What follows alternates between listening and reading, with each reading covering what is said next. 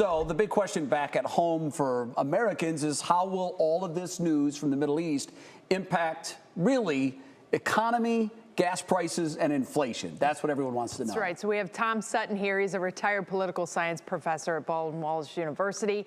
Tom, break it down for the average person. We're just going to go straight to what everybody wants to know. What does this mean for me? So what it means is that with the Strait opening up, and that's going to probably take a few weeks, but just the knowledge that it's going to happen means gas prices are going to go down slowly but steadily. These things they take time.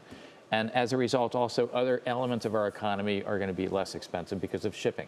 Right, so it's not just about the gas and the oil, it's about getting things from point A to point B. So over time, give it, say, 3, 4, 5 weeks, we're going to start to see things certainly lower than they are now. Will they get back to the point where they were when President Trump first took office? Really hard to say.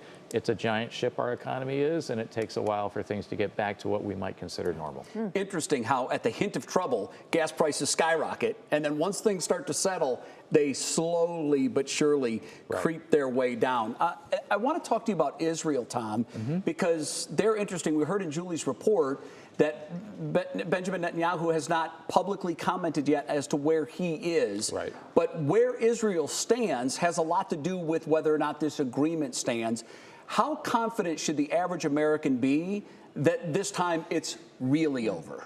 This is certainly the strongest we've seen in terms of saying we're going to sign a peace deal, that it's going to happen on Friday. The initial memorandum of understanding has already been signed by President Trump, by Vice President Vance, and by the parliamentarian for Iran. But really, if Israel continues the attacks it had against Hezbollah, Iran made it clear that they're going to respond.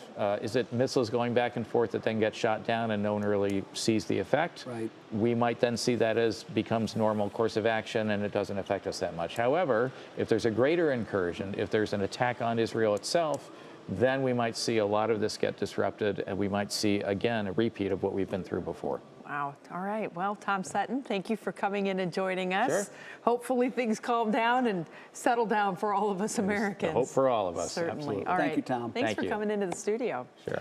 Up